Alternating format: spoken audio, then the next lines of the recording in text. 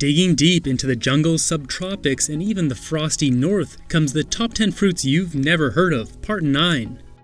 Number 10. Cotton fruit. Native to Indonesia, the cotton fruit, or santal as it's also called, was introduced to Indochina, Sri Lanka, India, Northern Australia, Mauritius, and the Seychelles. The tree these grow on can reach up to 150 feet or 45 meters tall, which can produce one of two varieties, the yellow and red, the red being the more common. Being similar to a peach in size, shape, and fuzziness, the cotton fruit, depending on the variety, will have skin that may be thin or thick.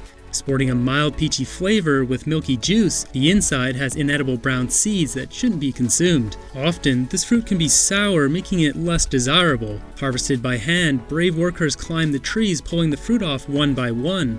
Some growers use a long stick to grab the fruit. Besides eaten raw, the cotton fruit is cooked, candied, and made into marmalade. The Philippines has a dish that has the rind grated and cooked with spices and coconut milk. Not only the fruit, but the full tree is useful. The wood is good for construction and easy to polish. The bark and leaves are used medicinally. It takes 5 to 7 years from seed to fruit production. A single mature tree can produce up to 24,000 fruits per year that will be ready in August and September. Showing anti-inflammatory properties, treatment for diarrhea and dysentery, the cotton fruit is rich in vitamin C, protects against cardiovascular disease, boosts the immune system, and promotes proper cell metabolism. Number 9. Java plum. Home to the Indian subcontinent, this evergreen tropical tree is commonly known as the Java plum, jambolan, black plum, jamun, Malabar plum, and duhat. Growing on a tree that reaches 100 feet or 30 meters tall, this slow-growing tree will live for more than 100 years. Introduced to Florida in 1911, is also commonly grown in Trinidad, Tobago, Guyana, and Suriname. This fruit is also found in Hawaii but is considered an invasive species there. Brought to Brazil during Portuguese colonization, it spread naturally as it became a favorite among many species of native birds. Purple on the outside with white flesh on the inside, the Java plum is a juicy fruit the size of a small plum, tasting like a mix of a grape and a plum. As the Java plum ripens, it becomes more sweet and soft, whereas the less ripe fruit is mildly sour and astringent. Street vendors will also sell these out of a pot mixed with salt to help bring out the flavor. Eaten raw, made into juice, jam, salted, or a tasty wine, this fruit is also made into vinegar. The leaves, being highly nutrient dense, are often fed to livestock. Rich in vitamins A and C, the Java plum also is packed full of calcium, magnesium, phosphorus, and potassium. Traditionally a staple in Chinese medicine, different parts of this tree are used to help control high blood pressure, blood glucose levels, digestive and skin issues. Number 8. Rambutan. Native to Indonesia and Malaysia, the rambutan naturally grows in Vietnam, Philippines, Thailand, and other countries in Southeast Asia. This member of the soapberry family is related to other spherical fruits like the longan and lychee. Grown on a tree that will reach 40 to 60 feet or 12 to 18 meters tall, this member of the soapberry will grow and survive for 20 years. Hanging from the branches in clusters, sometimes they can be purchased as a bunch like this from roadside fruit vendors. The iconic soft spikes of the rambutan will start off being flexible, but will solidify along the ripening process. When green, the rambutan is unripe. Slowly they'll change to a rich red color when ripe and a dark red color when overripe. On the inside, this white spherical fruit won't change much in color but will increase in sugar content and will soften when ripe. Biting into a rambutan, the outer skin has a bit of strength to it, your teeth will sink right in. In the middle is an almond-sized seed with paper-like bark that will come off. Don't worry about this stuff and just eat it. The seeds are also edible but need to be cooked. They're also processed for their oil, which is used in cooking, soaps, and candles. The rambutan is sweet and fresh with a slightly acidic taste, a tropical one, some describing it as a mix of kiwi and mangosteen, while others say it's a mix of apricot and pineapple. A unique flavor indeed. It's best to eat them fresh picked, as they'll lose their sweetness and flavor the longer they've been removed from the tree. For this reason, imported rambutan from, say, Southeast Asia to Canada, where I live, tastes bad. 1 out of 20 fruits will actually taste like the proper fruit, so if you're wanting to try this one, it's best to get it fresh in the tropics. Used in jams, jellies, ice creams, soups, sauces, chutneys, juices, and smoothies, the rambutan is high in vitamin C, riboflavin, niacin, phosphorus, copper, calcium, potassium, and B-complex vitamins. They're known to prevent cell damage, used as a treatment for dysentery and diarrhea. A homemade hair mask can be made from crushed leaves from the tree mixed with water. The leaves are also used in the creation of a treatment for headaches, where the root is used to soothe the fever and the bark for tongue disorders. Number 7. Tigger melon. Originating from western Armenia near the Tigris River, this melon prefers the hot summer sun in temperate and Mediterranean regions. They grow on a climbing vine, but since they don't weigh much, there's less demand on the trellis itself, making this an ideal melon to grow pretty much anywhere a small growing structure can be built. On a single vine, 20 of these melons can be produced, giving a good yield for the land used it takes to grow them. The Tigger melon has a smooth outer surface covered by yellow and rust-colored stripes. Inside, it has yellowish-white flesh, which is mildly sweet, like a mix of cantaloupe and an Asian pear. When ripe, their aromatic scent will fill the room. In fact, it is believed that this is one of the most, if not the most, fragrant melons on the planet. Growing to the size of a softball and weighing around 1 pound, this muskmelon is actually an heirloom muskmelon variety. Only found as a specialty item at farmers markets, they aren't produced in large quantities. The Tigger melon is typically eaten raw, sometimes pureed and used as a base for cocktails, sauces, and sorbets. Once ripe, the Tigger melon will keep in the fridge for around 1 week. Number 6. Dragon fruit. Found in the deserts of Central America initially, or at least believed so, the dragon fruit, pitaya or strawberry pear, is a large red fruit on the outside with flesh and taste qualities somewhat mimicking a kiwi. French missionaries first exported this fruit from Central America to Southeast Asia, where it was named the dragon fruit. The name comes from a legend. After a dragon was defeated, its last breath was that of a dragon fruit. Gotta love legends, right? Usually the size of an adult hand, oval shaped with thick skin, this fruit has large soft spikes on the outside with soft white flesh inside that's highly seedy. It's best compared to that of eating a kiwi, with a much milder taste. Grown on a cactus that can bloom up to 6 times a year, the dragon fruit receives pollination at nighttime from moths and bats. This fruit is eaten fresh, added to ice creams, desserts, smoothies, and made into drinks, such as one mixed with lime. A potent source of vitamin C, E, B1, 2, and 3, calcium, iron, magnesium, and phosphorus, the dragon fruit can also provide a mild laxative effect on the body. The seeds of the dragon fruit contain protein, omega-3, and omega-6 fatty acids, which help prevent cardiovascular disease. When mixed with cucumber juice, it has been used to soothe sunburned skin, recommended as an ailment for diabetes by Taiwanese doctors. This fruit offers prebiotics in the flesh and promotes a good balance of bacteria in the gut. This fruit has also been found to boost the immune system, aid in digestion, and help prevent cancer.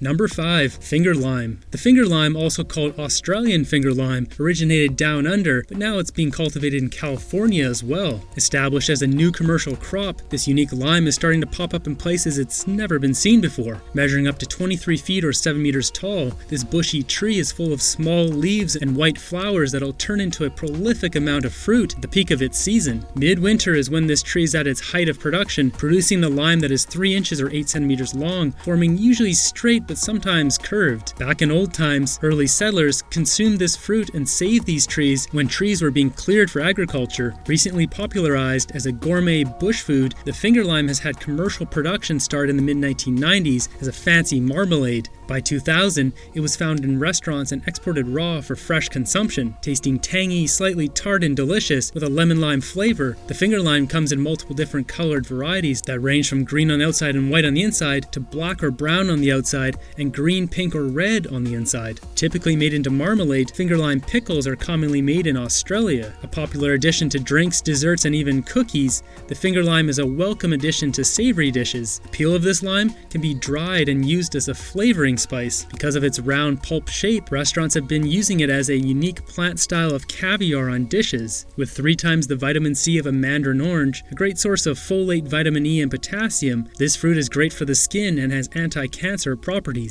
Number 4. Tayberry. Patented in 1979, the Tayberry is a mix of a blackberry and a raspberry. Named after the River Tay in Scotland, they grow on lateral branches that can reach up to 7 feet or 2.5 meters long. A quick side note is I grew these Tayberry myself in my garden. You can prop up the branches as you see here, which will keep them neatly organized away from bugs and slugs in the ground and help avoid getting pricked by their thorns. The Tayberry is a very soft berry when ripe. It's quite delicate and even hard to pick by hand. For this reason, it isn't a commercially viable fruit. The berries are long, about double the length of a blackberry, around 2 inches or 5 centimeters long, and have an iconic deep purplish color. Its flavor starts off tasting like a mix of both blackberry and raspberry, but takes on a unique strong aftertaste of its its own. Durable down to minus 15 degrees Fahrenheit or minus 26 degrees Celsius, the Tayberry is a great berry to grow in cold weather climates, like here in Canada. Disease resistant and able to grow well in most soil types like clay, the Tayberry isn't intrusive like blackberries can be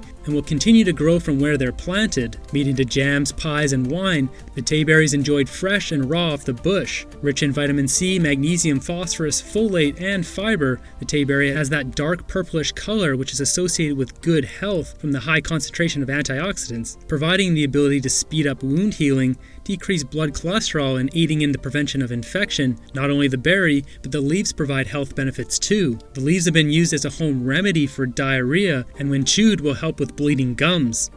Number 3. Naranjilla. This subtropical perennial plant grows in southwestern South America, most commonly Colombia, Peru, Ecuador, Panama, and Costa Rica. Called Naranjilla or Little Orange in Ecuador or Lulo in Colombia, this member of the nightshade family is produced on an attractive plant with large oval leaves that are covered in short purple hairs. Depending where it's found, the Lulo fruit may have hurtful spines that need to be carefully handled. Brought to Florida in 1913, the initial plants thrived at first but then died off. Additional attempts were made, but in 1948, 20 Naranjilla plants were put in the ground at the University of Florida, only to almost all be completely wiped out by a hurricane. Since then, multiple small-scale test plantations of the fruit have been set up in various countries the Naranjilla isn't native to, but none of them produce as well as in South America. One of the reasons for this is that this delicate plant needs to be protected from wind and grows best in partial shade. The Naranjilla was proposed as a new flavoring for the global food industry, but due to poor large-scale cultivation and difficulty transporting ripe fruit, it has been found itself as just a flavor for the locals to enjoy. Having a citrus taste that is often described as a mix of lime and rhubarb, others describe it tasting like pineapple with lemon. Often used in a Colombian drink called lulada, which is a mixture of the Naranjilla, water, sugar, and lime juice.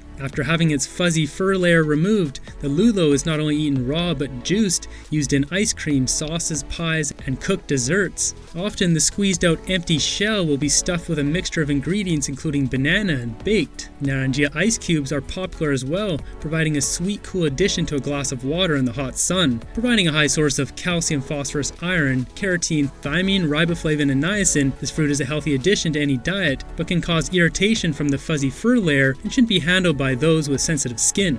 Number 2. Keledang. Hailing from Southeast Asia, the Keledang fruit or monkey jackfruit is commonly found in Thailand, Bangka, Lingga, Riau Island, Borneo, the Malay Peninsula, and Sumatra. This spiky fruit can be found in lowland tropical rainforests up to 2,000 feet or 610 meters. Looking like a jackfruit but smaller, this fruit is opened and eaten the same way. Tasting like a mix of jackfruit and mangosteen, the Keledang grows on the uncommon Keledang tree. This tree grows up to 120 feet or 36 meters tall and produces the oval-shaped fruit that is brownish in color when ripe. This tree is more desired for its heavy wood density, which is used in construction, home appliances, coffins, boats, and furniture. Aside from the building materials, the Keledang tree offers valuable dyes used in the textile industry, only found at local markets. This fruit is one that most haven't experienced. The propagation of new trees isn't the easiest task either, which is probably the reason it isn't commonly grown. This tree must be grown from seed, but the seeds lose their viability within a week of being extracted from the fruit. Another fruit to add to the bucket list, but you'll have to visit the jungles of these countries to try it.